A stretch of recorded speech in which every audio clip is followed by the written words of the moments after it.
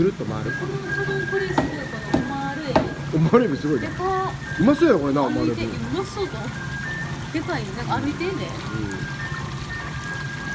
でかオマールエビってフランス料理で使うエビやんな。オマールエビ食べる？オマールエビ食べる？のポワレとか。でこれ食べる？これオマールエビですかこれ？これ3000円。3000円。3000円でもっと高いやろ。はい。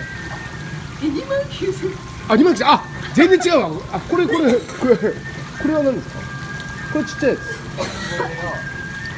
あ、これザリガニっぽいやつ。あ、2万9000円。まあそりゃそうやな。こんなん食べるとみんな食べてる。でかすごい、こんな子いてる。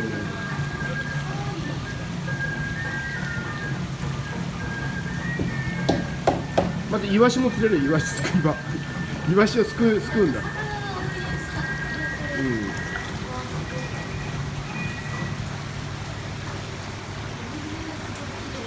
水きれいだね。も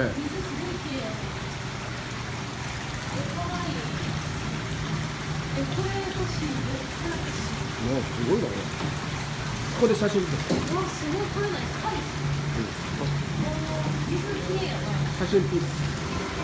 写真ピース。はい、せーの、チーズ。あ、ちょっと待って、人が入った。もうちょっと待って。これです。チーズ。よいしょ。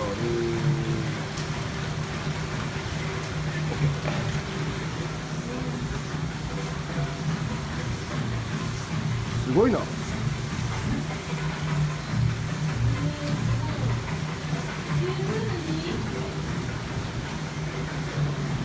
旗やって。あ、美味しそうやな。美味しそうと思う。旗はいいね。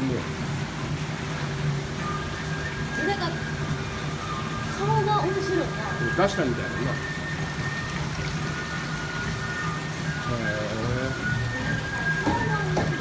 すごいな。